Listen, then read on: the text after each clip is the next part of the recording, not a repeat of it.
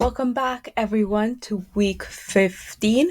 We have just a couple of weeks left in the semester. This week, we will dedicate to Japan, and so we're going to catch up to the present day in Japan, which means we have quite a bit to cover. I'm not going to try to overwhelm you in this lecture.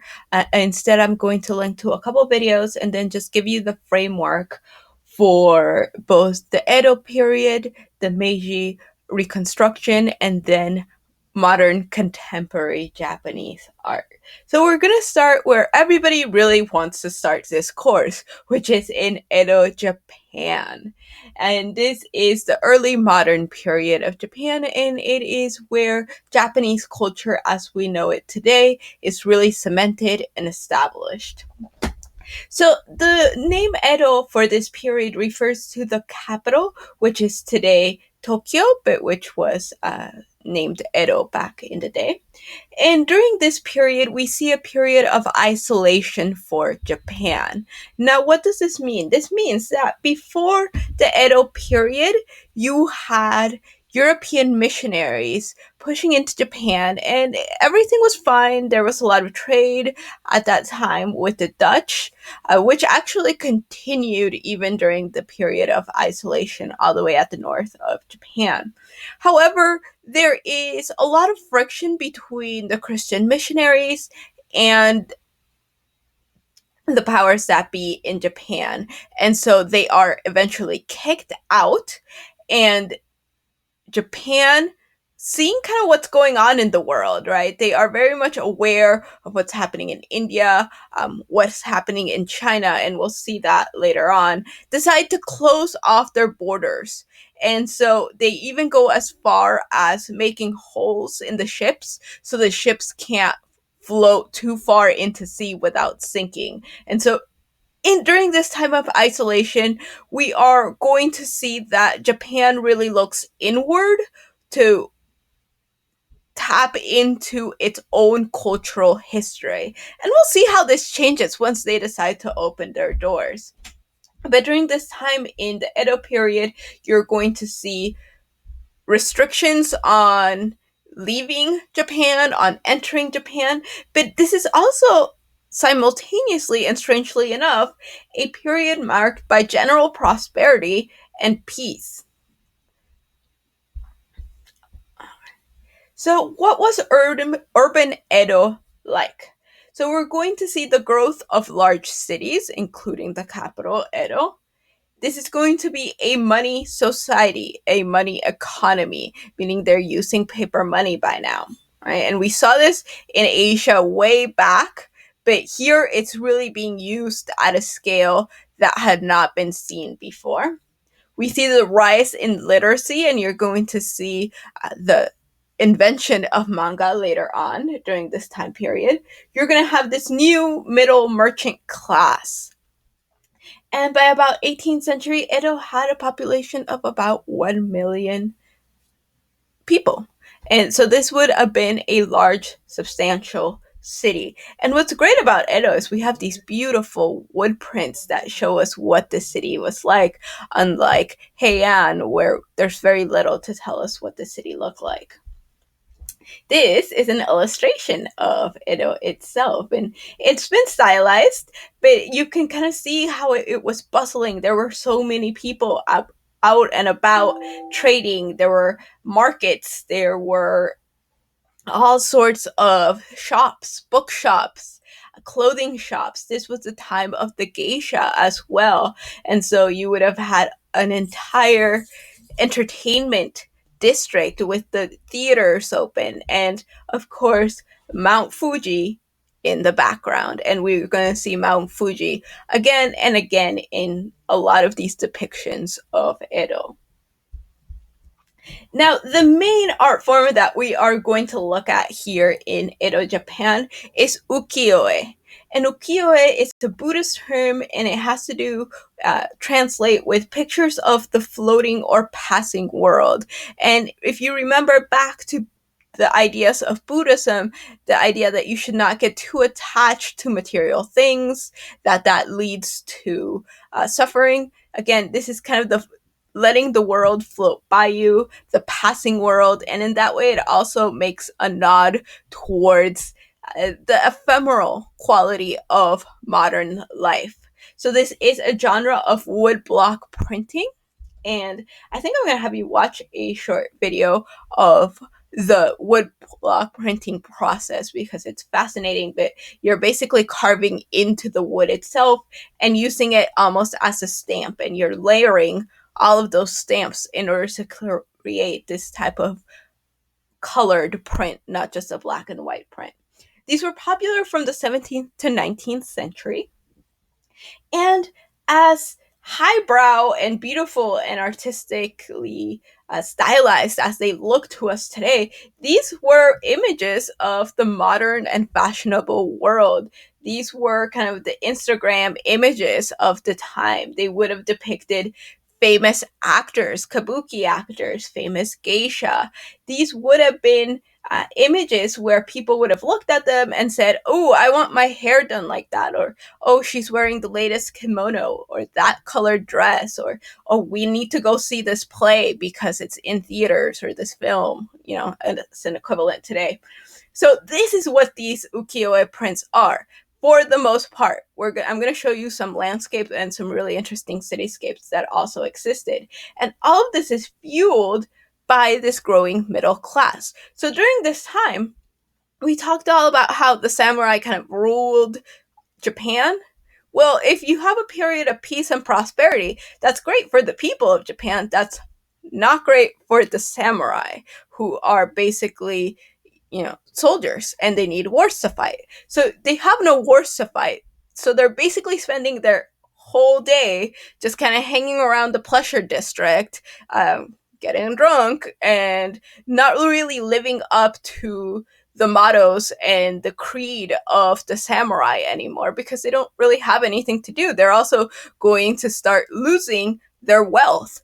And instead, we're going to see this merchant class, which is not as socially mobile, meaning the samurai look down on these people, but they have money, they have wealth, and they start being able to buy artwork. And these pieces you could buy for the equivalent of just a couple dollars today, right? So that you could decorate your houses with these, and you could buy all of the things that the samurai couldn't buy anymore. So there's going to be that friction between this new merchant class and the old world order, meaning the samurai kind of being the top of the social hierarchy. So I mentioned theater. So you have on one side kabuki theater, which appealed to the tastes of the merchants and the samurais, and these are like your box office hits sort of thing. And then you have no drama, which was more elitist. It had a lot more refined aesthetics, and this is what you would call, an avant-garde film today, something that that you go in to see, and if you're not familiar with film, you would leave saying, "What on earth did I just watch?" Right? Now, what's really fascinating about kabuki and no drama, Japanese theater in particular during this time period, is it is its own art form. And if you are interested, if you're a theater arts major, I absolutely encourage you to do a little bit more research on this type of theater, because everything from the movements, the costumes, the makeup, everything is stylized in a way that seems rather strange to our Western eyes if you come from a Western tradition. But it is fascinating to watch. And I actually just watched a 60-minute special a couple days ago where they interviewed a kabuki actor today who continues the tradition, and his children are practicing to become kabuki actors as well. So that was a little bit of an aside, but definitely a huge part of culture and of life in Japanese Edo. And here are some actual examples. These would have been two kabuki actors that would have been well known during the time in one of these ukiyo-e prints. And you can see some of the characteristics of ukiyo-e prints because of the nature of woodblock printing. You have these very flat surfaces. It's very clean. There's not a whole lot of decoration going on, which is very much in keeping with the Japanese aesthetic that we have seen so far. You have like I said, a flattening of the picture plane. They have very expressive features, of course, because they're coming from actors. And what you're going to see also is this really brilliant use of color. On this side, we have Utamaro, who's one of the most famous ukiyo-e printmakers, and this is a woman holding a fan. So I think the film I'm going to show you recreates a picture very similar to this one. Another Utamaro, and Utamaro liked making prints of beautiful young women. And then we have Hokusai. And Hokusai is probably the most famous ukiyo-e printmaker. And he did this series called 36 Views of Mount Fuji. And these are amazing. We get city views, we get kind of a nature views, we have some interesting landscapes with fishermen, all sorts of different angles in which he studies Mount Fuji, but the forefront changes. And you can see here some of the techniques he uses with the color. So he fades the color out.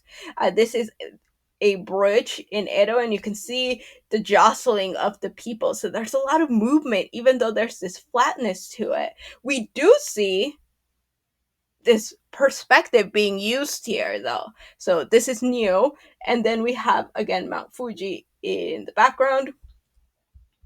This is Hokusai's most famous piece. This is the Great Wave of Kanagawa. And here is, of course, again, Mount Fuji again.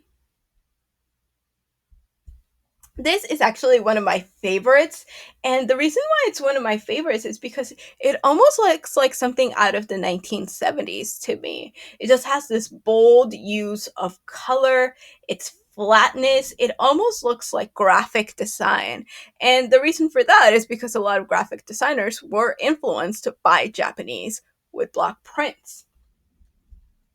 Now, one thing I will mention about Hokusai was actually the person that began the tradition of manga. So if you love manga, you can thank Hokusai. Hokusai created this book with different, at first it was different characters, and there was writing next to them. And later on, he actually started taking the words out, and instead it was all of these characters in different positions, and kind of he started creating almost stories with them, and that was the beginning of mangas today. So his manga was more of a kind of a book for teaching how to draw and how to create these figures, but it quickly got adopted and adapted over the years. And we can see some of these images are just breathtaking. His storytelling ability in just one scene is incredible. And if you think of some, Japanese contemporary animation, you can see where the influence comes from. Now, the last thing we will mention in Edo is going to be architecture. This is the facade of the Katsura Pavilion. And what's really interesting about this pavilion is that it doesn't look like a castle. It's not made out of stone. It's again coming back to the tradition of wood and that sympathetic material. And here we have kind of a top down view of this pavilion. And what's going to be interesting is the way that space is utilized inside. So here are some of the features of architecture during this time, and particularly of this pavilion. So we're going to have an irregular, staggered, or stepped outline. So it doesn't have a specific, it's not like a rectangle, it's not a square, it's not a circle, it's just kind of this interesting geometric shape.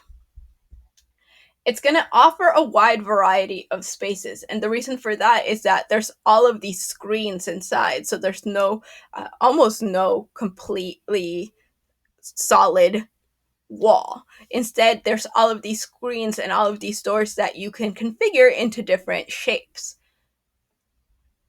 It's gonna not gonna have a grand palatial facade. It doesn't have a grand hallway, so it kind of evades all of the typical features that you would see in a building this grand.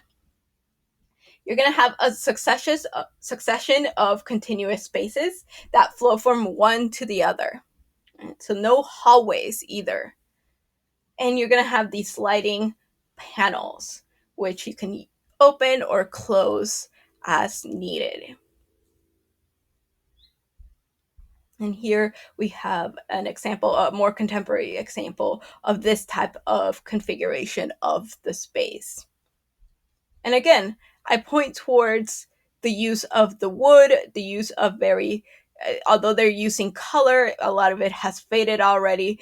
It is very much a muted color palette, so there's no bright colors being used in swarth like to cover entire walls, as we're going to see in China, which kind of takes the opposite approach. They're both equally as beautiful, but very different in their aesthetic.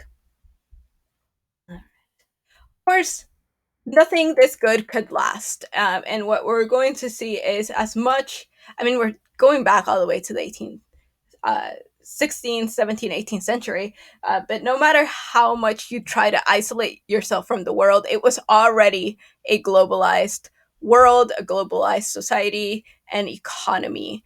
And so it was almost impossible to keep themselves shut off from the world forever. And what we're going to see are some economic crises within the empire. So agricultural production declined, and high taxes led to rural economic hardships. The economy in cities was not much better. And usually, what happens to cause one of these declines in food production, in the economy, it's usually going to be a mixture of infighting within the powers that be in the empire. It's also going to be, in cases, crop failures, coupled often with disease, and all of these cause the economy to collapse, which we're familiar with by now. All right, and then you have the samurai and the daimyo, who were the lords. They're gonna fall into debt. We remember, because they have no wars to fight. So I mean, they're basically obsolete. And what you're going to have are protests and rebellions. So the empire is already weakened at this point, and the samurai, they're more of a figurehead at this point. This is not the heyday of the samurai. Now, what we're going to see, and I think I skipped this slide here, but what we're going to have is the Americans actually reach the shore of Japan. And what they basically say is, you can open your doors to us, or we will open your doors. And Japan had already seen what had happened to China with the Opium Wars, and we're going to talk more about that later. Basically, Europe uh, brought opium to China to basically get all of the Chinese to do what they wanted, to be able to control the Chinese population. It was absolutely horrendous. But they saw what was happening there, and they said, we don't want that to happen to us. They saw what was happening in India, and they said, we don't want that to happen to us. And so they decide, and the Commodore that comes and gives this proclamation, this very American proclamation, open your doors or we'll open them for you. The Japanese have some time to wait, and the shogun makes the ultimate decision to open the empire, right? And it is probably one of the most defining decisions in Chinese history. What's going to eventually happen is there is going to be those opening of those doors. There's going to be a lot of Western influence, but there's also going to be a lot of Japanese influence on the West as well. Eventually, you have the emperor restored to power. Remember, the emperor's always been there. He just never had power during the shogunate. And so we call this the Meiji period, right? So this is the time of quote unquote enlightened rule. So the Meiji period is a new dynasty. It went from a closed economy during the Edo period to an industrial superpower. So Japan immediately realizes there are things from the West that we can adopt, we can adapt, and we can make better without sacrificing our cultural heritage. And this is one of the things that makes Japan incredibly unique in the way that they develop during this period. They go from a traditional to a modern economy, and I mean that by their culture, the economy, and technology and military technology. So they went again from an isolated nation state to an imperial power. And this is something important to note that Japan actually turns the tables, and instead of saying, oh, I'm going to be colonized, becomes the colonizers themselves. And so they do colonize and annex parts of China, parts of Korea, and they become the colonizers themselves. So it's an interesting kind of way of looking at Japan, right? Because they go from being the victim, being told to open up, and then they go, oh well, now we've adopted the technology of the West, and so now we can become players in terms of imperialism. But there was this slogan, right? Because they were not just enamored with the West and the technologies and the sort of economic and industrial advantages that the West had. Uh, they're still going to say Japanese spirit, again, turning to that cultural heritage, Western technology. So let's adopt Western technology. And you can see that influence today, Japan being a leader in the technological field, by keeping that Japanese tradition and culture that they had spent millennia developing. So here are the Meiji Emperor and his Empress. And you can tell here they're wearing Western clothes, right? So this is very much a choice that they made to westernize in terms of the clothing and the way that they are depicted. They're depicted in a very Western tradition, both in painting and photography. In terms of spheres of influence during this time period, they are often going to be in conflict with Russia, as both regions try to gain power and control and to colonize Asia.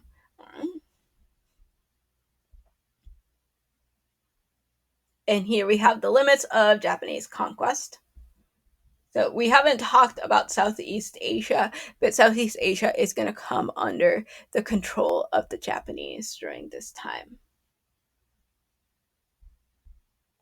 Now, Japanese imperialism. This is the slide I was hoping for. Japan gained control of Korea and Taiwan after defeating Japan, and then they defeated Russia in order to take control of Manchuria. So Japan was not a innocent victim in this whole arena of imperialism. They were active participants in it, as were China and other regions of Asia. And here is this dualism that I was talking about earlier. My slides are out of order, but we're going to roll with it. So in the domestic sphere, meaning in the home, you would have had continued the Japanese tradition. But in the official sphere, right, at your job, out in the world, you would have adopted a Western tradition.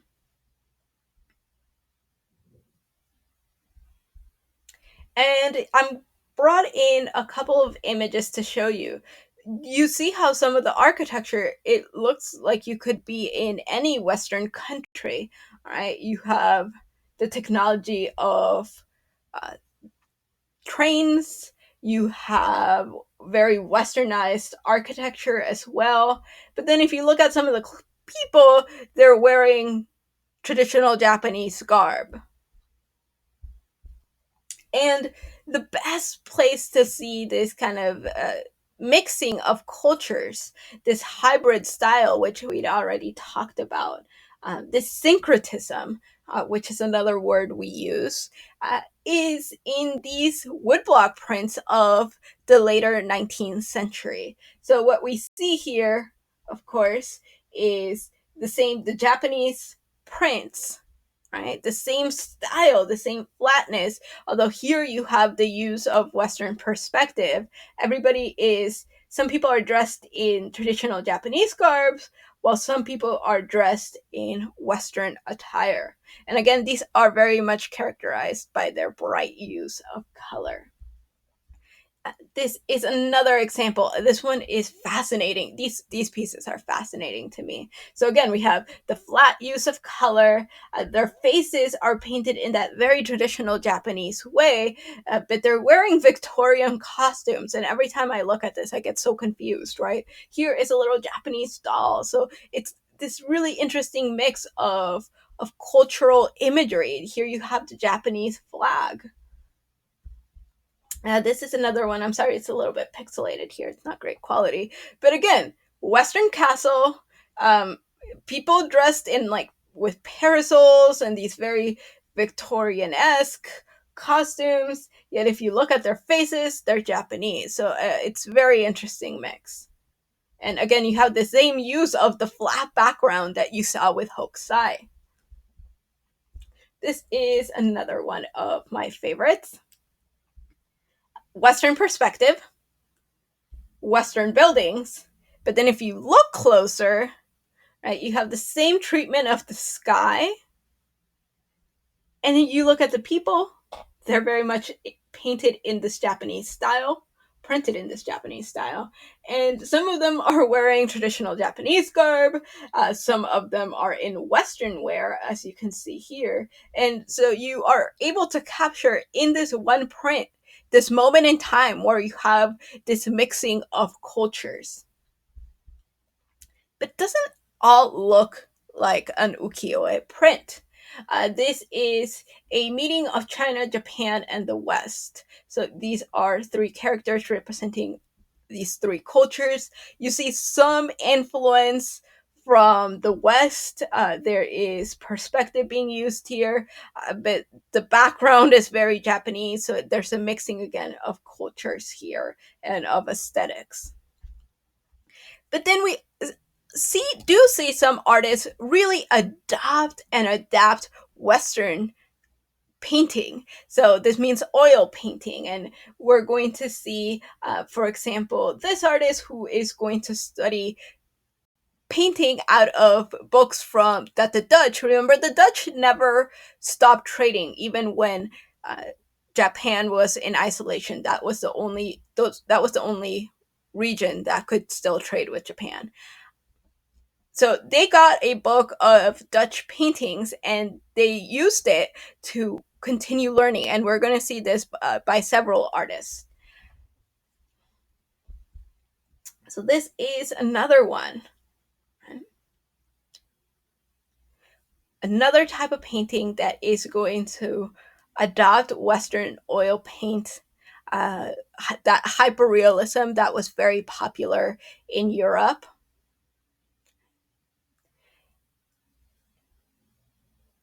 And Takahashi is going to advocate the establishment of Japan's first fine art museum. Had there been collections of art? Yes, there had been, but nothing like the Western conception of art and of hanging it on the wall and in this very particular way that a museum does. Here we have another piece. Spring furrows. This is a very Western kind of composition. But it didn't just go one way in terms of influence. And that's one of the things that I want to get across to you. And hopefully you were able to capture that at the beginning, the first contact between India and the British, before colonialism really got its foothold and kind of destroyed this intermingling of cultures in India, which was explored in the video last week. Here we see Western art and culture influencing Japan, But these Japanese ukiyo-e prints from the Edo period are going to influence this new generation of artists in Europe. And they're called the Impressionists and Post-Impressionists. So here you have James McNeill Whistler. And of course, you look at this and it's very much a Western painting, but there's all of these hints of Japan, from the kimono to the actual prints themselves on the floor to the screen. Now, what I will say is, in Western Europe, we don't particularly see a very elegant or an understanding of Japanese culture in the way it is adopted and adapted. So they're basically orientalizing all of this culture that's coming in from Japan, unfortunately. So here we have another example.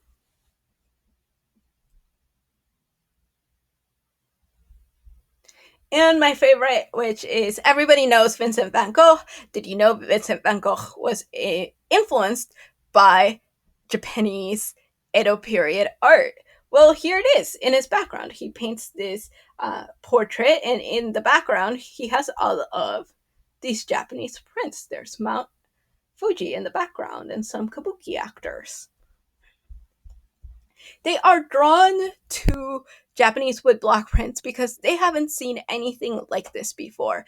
The Europeans artists are out there. They're like, they don't want to create that hyper realistic art that I just showed you a little while ago. They want to create something new and innovative for this modern world. And when they see these prints, they're like, they love the flattening of the surfaces, the simplicity of it all. It very much, that Japanese aesthetic very much speaks to them. And so you have them almost literally copy these woodblock prints. So here you have a Hiroshige and a Van Gogh. And what's interesting is, again, just like with the Edo prints that have European features using perspective and things like that, or even the oil paints, it's very much in the style of the individual artist. So it's a mixing, it's not a copying of, even though it looks like a copy. All right. This is one of my favorites because this one has taken so much from Japanese tradition that when you first look at it, you think you're looking at a Japanese print, and then you see the Eiffel Tower in the background. Right? So again, this to me is one, like almost like one of those Edo, those 19th century prints of the palace with everybody in Victorian garb, but they're all Japanese, right? This is very much similar to that. And we have later on Henry Toulouse-Lautrec and his prints, which are incredibly famous. This is Lautrec himself. He was a strange individual. His prints adopt that flatness that we see in Japanese woodblock printing. So Japan is also going to revolutionize Western painting. And the last image I have for you is, we are basically rushing through to the modern era. And there are so many examples that I could choose from to show you. There's Yayoi Kusama.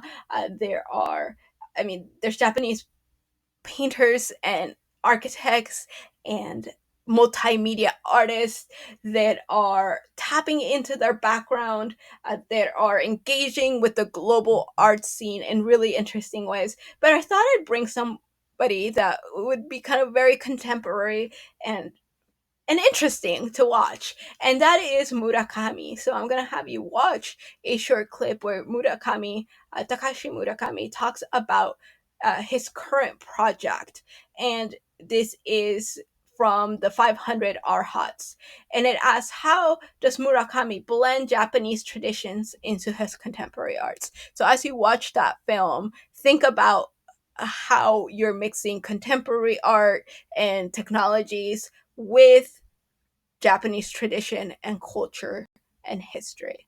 So I'm going to end there because, again, this video was kind of long, but we had quite a bit to cover. And I will see all of you next week when we cover China.